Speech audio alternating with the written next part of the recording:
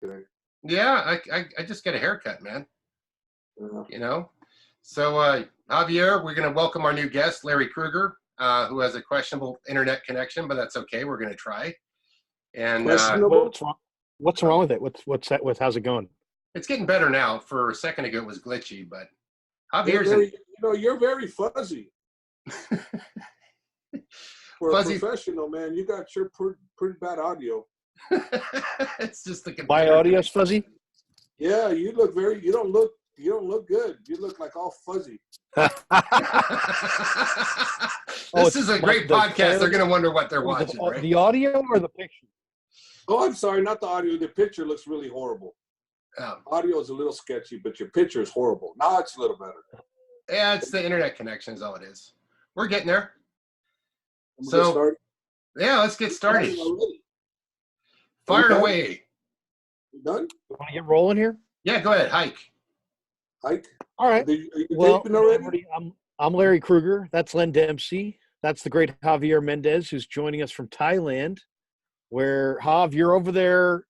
Is it work? Is it play? Combination? Vacation? Scouting? What do you tell us a little bit about your travels? It's more play. I'm here with my son. He wanted to come train here, so we're here.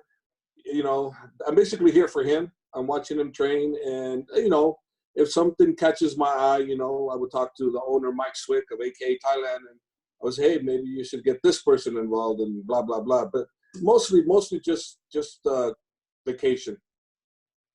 Now, your son, how's he liking the training out there? It's a little warmer. Does it take a little acclimation?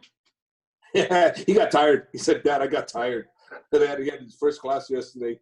He got tired. I was cracking up. He's used to only going with me. He only trains like 3 rounds and like 3-minute rounds. He went on 2 hours. So he was tired. He goes, Navy I'm tired. SEALs.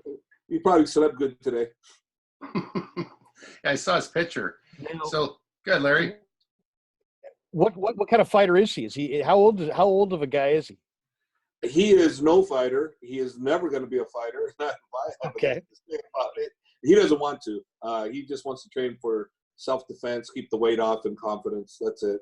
No fighting. It's all about martial arts. You know, in my mind, what I teach is not about competition only. It's about martial arts. That's good. So do you ever find anybody there that's like worth taking back to the States? And does Mike say, no, I want to keep this guy here, but is there an advantage to coming back to AKA HQ in San Jose over Thailand?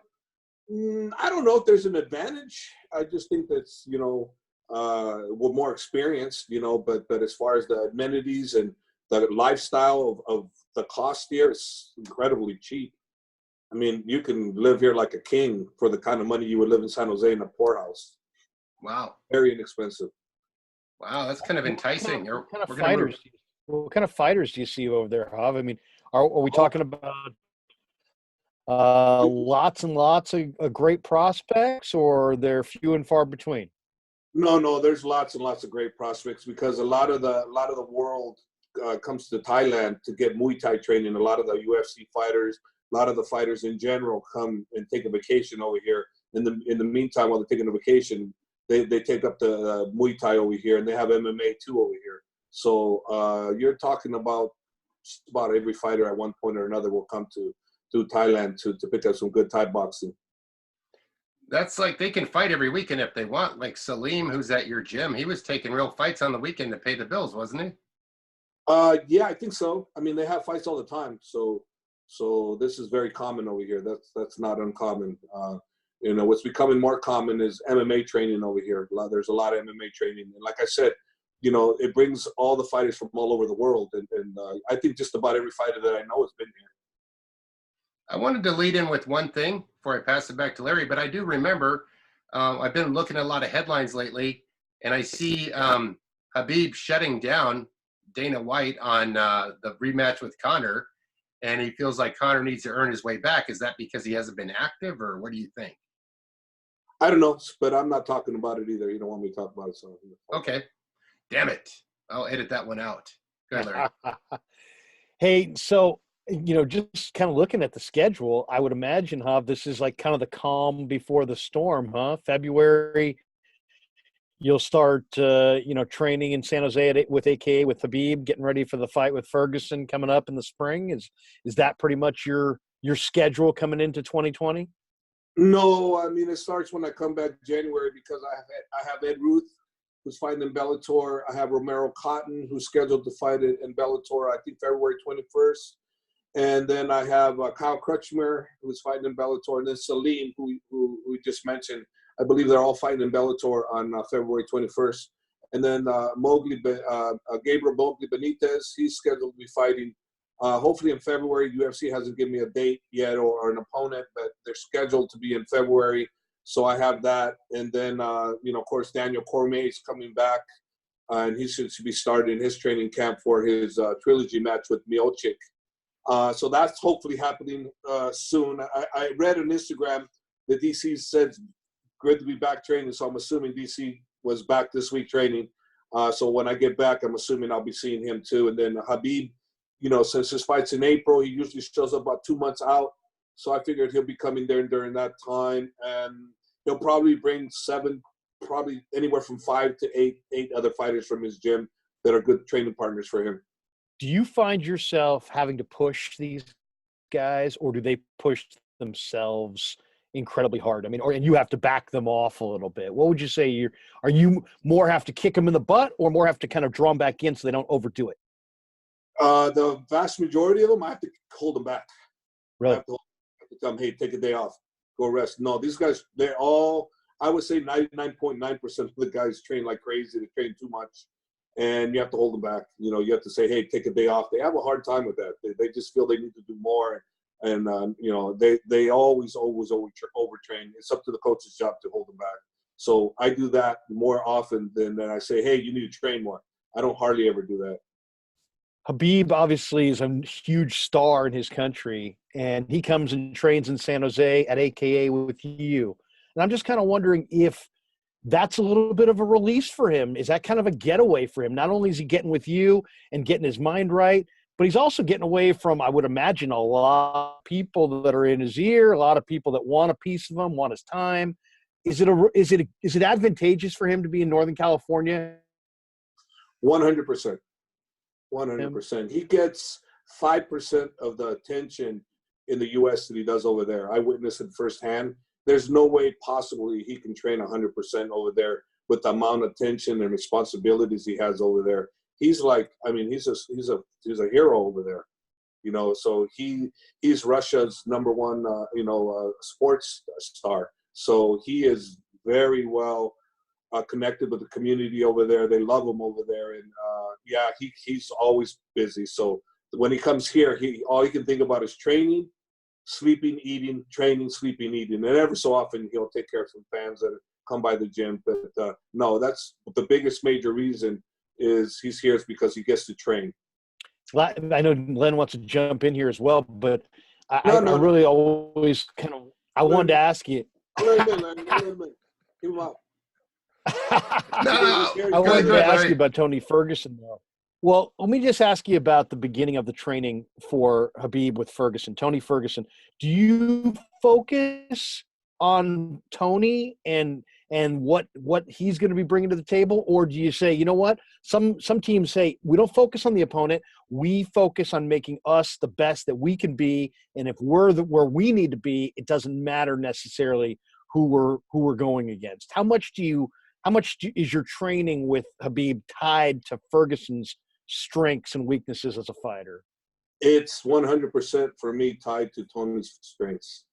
We want to work on his strengths. We work on everything. Well, that's the whole idea behind MMA, is to work every aspect of your MMA, but you better work for that individual, because if you don't work for that individual, you're going to have problems, because he's going to do things that you weren't prepared for, that he might be better than you thought, so you got to prepare for his strengths. You can't just prepare for anybody that comes out in MMA. No, as you're preparing for Tony, and if he does get injured or somebody gets injured, the replacement comes in, then you can adjust, because you're practicing everything. But generally, you want to focus on that opponent. I have a quick shot. A lot of people have been asking. No, not you. Me. Let me ask a question, please. No. And so, anyways. You look too much like me. Oh yeah, I'm your brother. Man, I'm your Irish brother. Well, I guess the thing is, a lot of fans on a lot of the videos comment on our channel. They're like, "Hey, man, can I train there? Could I train there?" I mean, not everybody's a pro, but you guys do have training. Not a lot of people really know because they're looking at it from television and the YouTube channel. But what's it like for someone to come join the gym? What kind of classes can they take? I'll let you expound on that, even though I know some, but better to hear it from you. well, basically, if someone wants to train, we basically sell. You want to kick ass? If you want to kick ass, then this is the place for you. And we put them in the ringer. You know, we no. It's a martial arts gym. It's for children. It's for adults. You know, it's for everybody.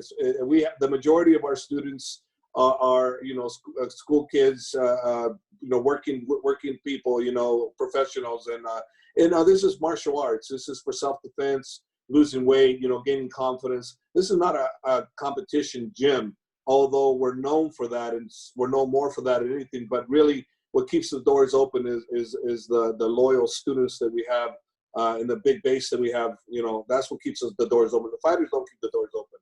The students do, and we're all about the students anyways. I started as a martial artist. I didn't start out as a fighter, so I'm not training fighters per se. We're a martial arts gym. Javier, you know, so many athletes in other sports in the off season will improve and they'll work on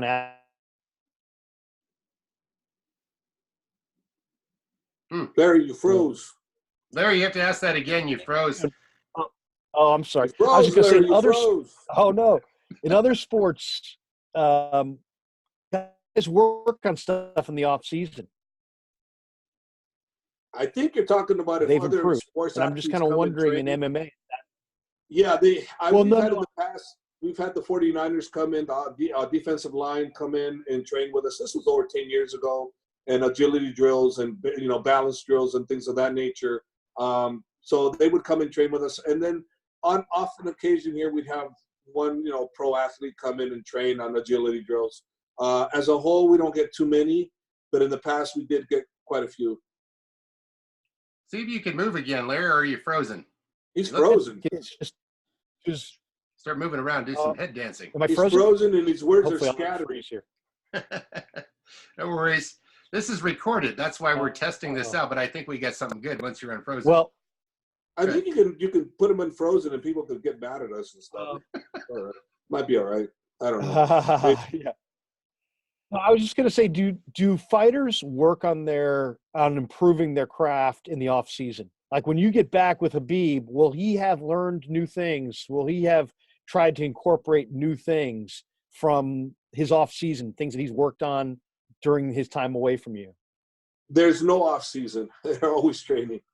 No off season. Always learning new craft. Always picking up stuff. Khabib never stops training. The only one that I have that stopped training a little bit was Daniel Cormier. And you can tell by Daniel, he's a little portly, you know. He got to put on a little extra weight. But for the most part, Daniel's the only one. And that's only because Daniel's so busy, you know, with the wrestling coaching that he does with the kids, the Gilroy High School kids. He's got a lot going on. But the vast majority of the fighters, there's no off season. It's always year-round training. Oh, yeah. Daniel's on TV, too. Right? Daniel's on television all the time. Daniel's super talented in so many different areas, you know, that he's always constantly doing something, always. He's a great analyst. He's a great announcer. One of the things go ahead. Try it, Larry. I was just going to ask you. So where do you start? Where do you start when you sit down with a guy like Khabib and he's getting ready for Ferguson? What kinds of things do you want to see the first week of training? Is it footwork? Is it balance? Is it agility? Is it his mental focus on his opponent? What are you looking for from him in the first week when you guys get together? The game plan, what we're going to work on and what we need to do to get there. And we stay on that game plan week in, week out, you know, continuously repetition on the game plan, you know, and how we work the strikes, how we work the takedowns, you know, all those things. That's the number one thing we work on. Because if I have to work on the other things you're talking about, we're in trouble. He should already have that. He has that already. So that's not the issue. It's more the game plan. How we're going to attack him, how we're going to take away his strengths, you know, how we can improve our weaknesses, you know, and not getting exposed. We're working those things all the time. I have a segue. You know, this goes away from Khabib, but back to the fights that you were at the other weekend, the UFC fights last weekend, right? I've been listening. A lot of people have been talking. I think I was listening to the podcast with Holloway about how the judges, a lot of people are upset with the judges, and a lot of the judges have no real martial arts experience, and they're kind of using a boxing grading score to figure it out. Because I noticed I used to score the rounds and I'd be dead on, and now I'm like, wait, where's that decision? And a lot more lately than I've imagined. I mean, I don't know. They've changed it around a little bit, it seems. No, it's always been that way. Even when I was coaching kickboxing, you know, and we'd have boxing judges, you know, it's really bad, you know, for the kickboxer when you have a boxing judge. You know, it's tough, you know, because a lot of these judges, they're retired individuals that don't really have any experience in combat sports whatsoever. So they really don't know what they're doing. The vast majority of them do not. And I honestly will say that right to you guys. They don't know what the hell they're doing.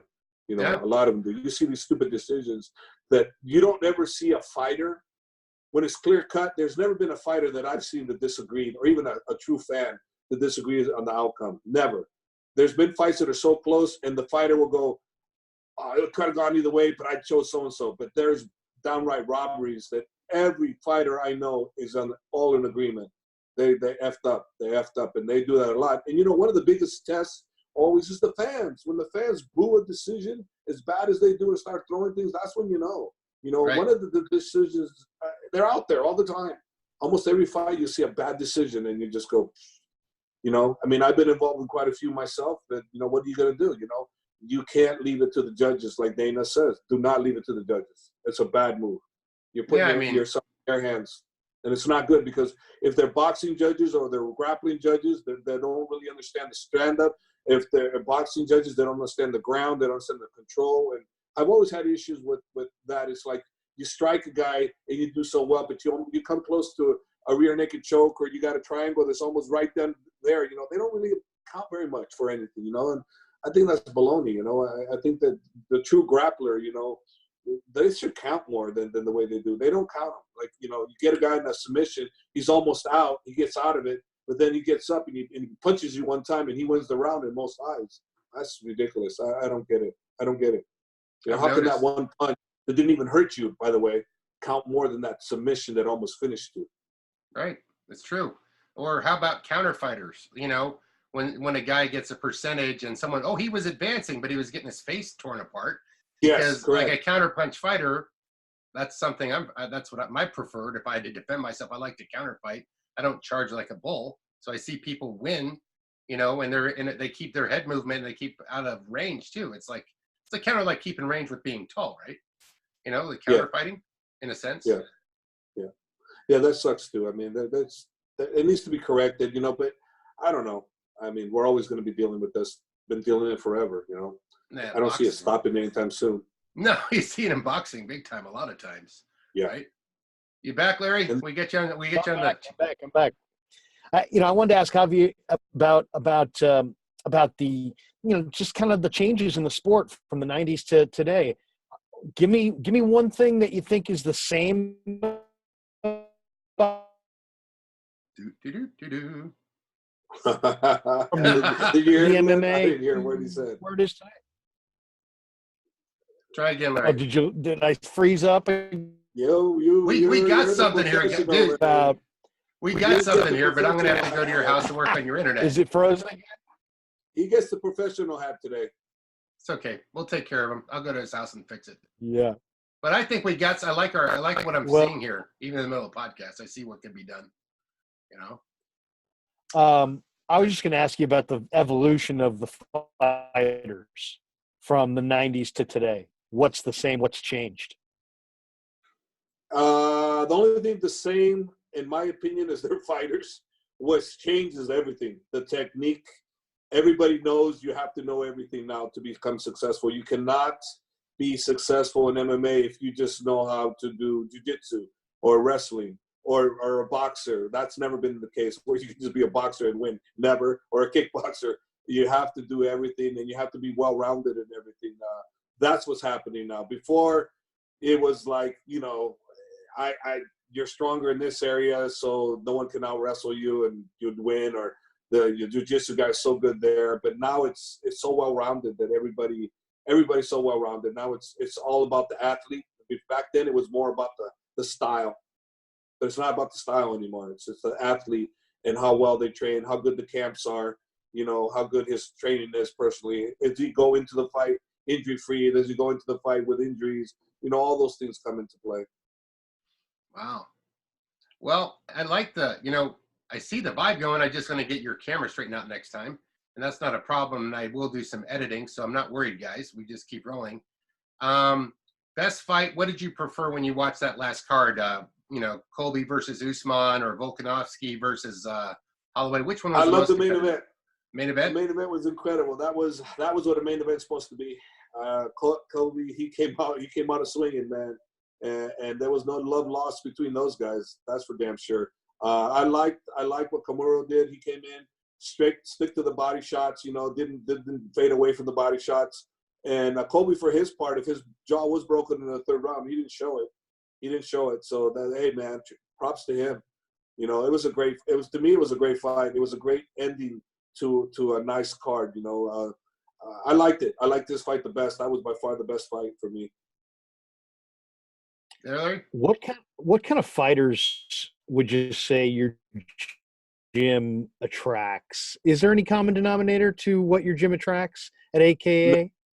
No, it's just all kinds of fighters, jiu-jitsu guys, wrestler guys, street thugs, you name it, kickboxers, boxers. It attracts everybody. And generally speaking, it's only the guys that are in the martial arts, some kind of discipline. They're usually the most successful. It's usually those guys that are the most successful. And it's usually a grappler-based individual that does the best, because the person that can control where the fight's going is usually who ends up dominating. That's for sure. Okay. When you get together with these fighters. Freeze frame. There he froze again. This is a good show. Right. He keeps freezing. It's okay. I'm not worried about it. I was going to say, when you for the first time, what do they want to know from you? What do they want to talk to you about? What kinds of things do they want to ask you before they decide if they want you to train them? Obviously, to have you train them is something that would be a great thing for them. But I'm sure they have questions, maybe some concerns. What kinds of questions do they hit you with?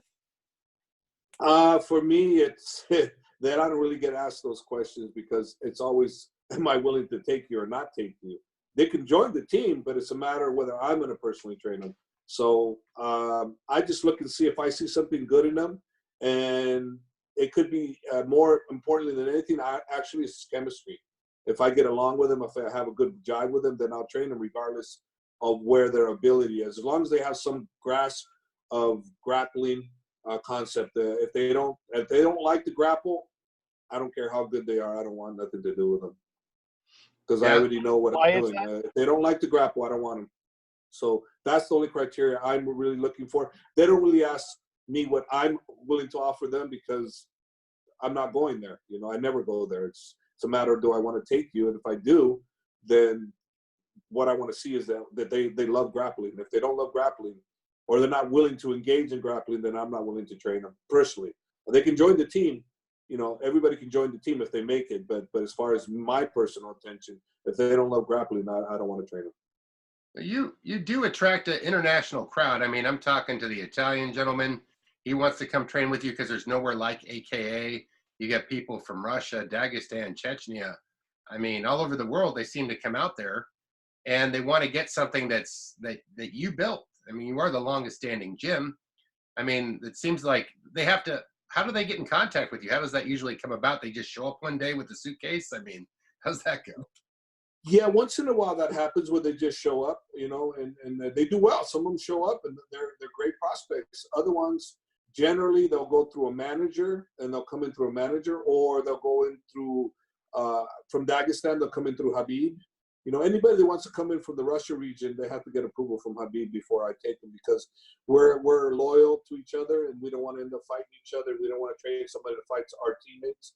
So anybody in that area that wants to come train with me, they have to go through Khabib in order to come train with me. Otherwise, they cannot train with me because we don't want to, be training somebody and also we're training somebody that's going to compete against, Team Khabib guy. No way, not going to happen.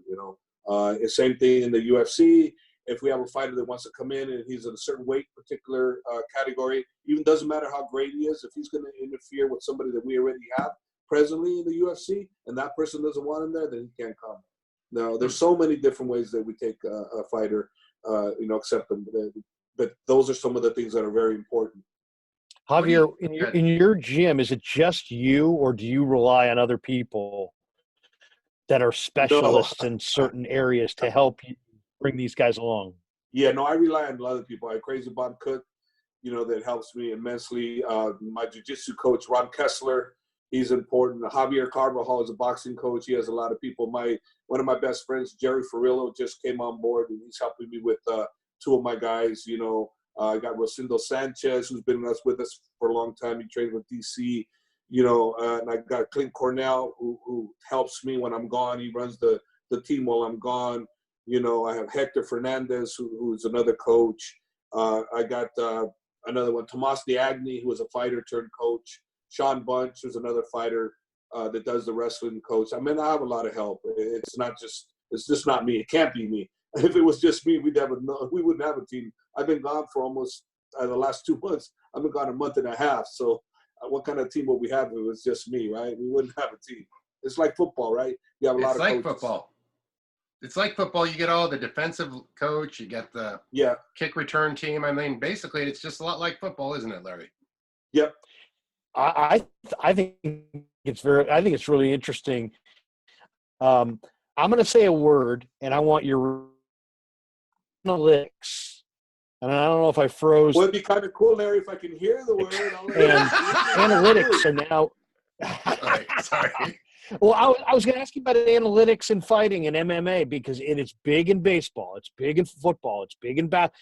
American sports are embracing analytics and these eggheads and these computer nerds. And I realize this is totally an opposite world of that. But analytics at its core, Javi, are just about information. So obviously you want information. You want your fighters to have information. But is analytics a part of the MMA world? And do you see it going there at some point? It's going there. It's going there. A lot of people are looking like, how many times did he kick? How many times? Yeah, no, it's going there. 100%. 100%. It is becoming more analytical, like you're talking about, definitely. So yes, it's because you need to study that stuff. You have a tendency to do things. Fighters have a tendency to do what they've always done in previous fights. It's really difficult for them to make a complete turnaround. I mean, it's not impossible, but it's very difficult. So yes, analytics is an important factor that the key people are paying attention to. How many times he kicks around, how many times does he look for takedowns? But it does change. But still, the results are the results, right? Yeah. Well, analytics are key in basketball. One other follow. Well, and one follow up to that. Do like when I used to work in the Canadian Football League and in the NFL as a quality control guy, and we scouted our opponents, but we did a lot of scouting ourselves so we knew what our tendencies are. You as a coach, I guarantee you know in the back of your head all the tendencies of your fighters, but do they know their own tendencies? How much of self-scouting goes into Khabib getting ready for this fight? How much does he look at himself when trying to study how to prepare? Well, I always remind them about their faults too and what they do wrong, what they do this. You have a tendency to do this all the time. You need to change it around.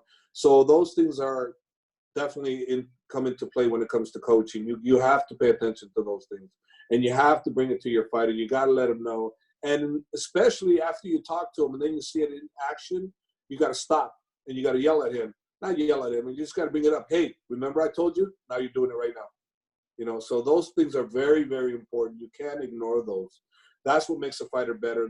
You're actually hitting some pretty key points in actually real coaching, Larry. So you're pretty knowledgeable in the fact that you're using other sports to correlate to what we do, because in actuality, it's still sports. It's still physical body movements, mechanical this way and that way, and you're adding a lot of key questions that are very smart.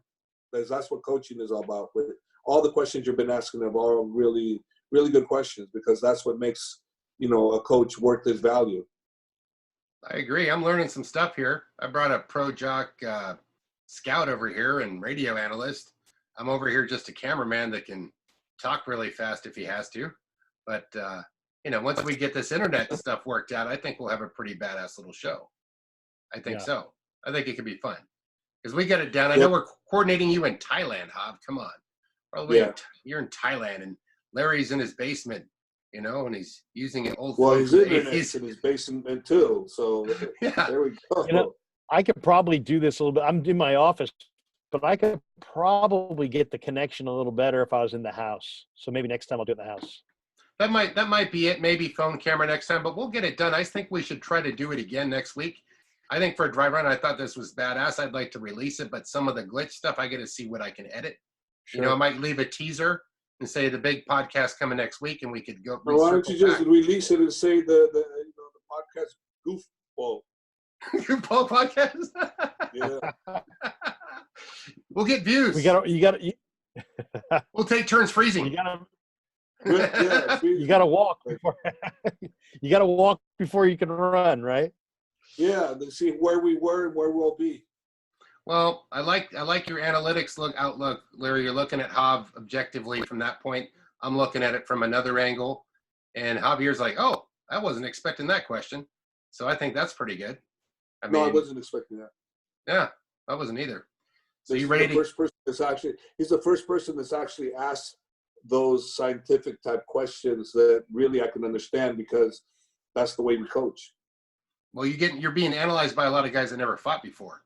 That's the difference. Well, I know I get it. Unless they're a fighter. Unless they're actually fought, but they just don't approach it the way Larry's. He's using other sports which are more advanced in that aspect. Of how they put things together, and the MMA is going 100% in that direction. What he's talking about, analytics and everything he's talking about, the top smart gyms are 100% going that direction. Otherwise, I'm sorry to say, you're not going to make it. Well, they're putting sensors in gloves and stuff so they can read the data on your output. I think was that PFL is doing that, but you could do that. Those sensors aren't that expensive. You know what I mean? No, but it's the fact that they're doing it and they're paying attention to those stats, and it's important. Well, it's like, have you ever seen? I don't know if you're familiar with it. Have you ever seen the movie Moneyball? No, but I'll tell you what I got a money roll. You gotta get going, man. You gotta go train. You're gonna go train people. So how long were you training? How long, or is it morning there? What time was it there? It's 4:45 almost. Hello. It is 11:45 almost. I got to be out the door in about 1 minute. Okay, we're gonna let you go, Hob. Let's try to do this again next week, guys. I'll make sure Larry's internet's there, and let's see how well you do this, Len. Let's see if you're a master at your craft, because if you can make something good out of this, with Larry freezing and whatnot, that's pretty amazing.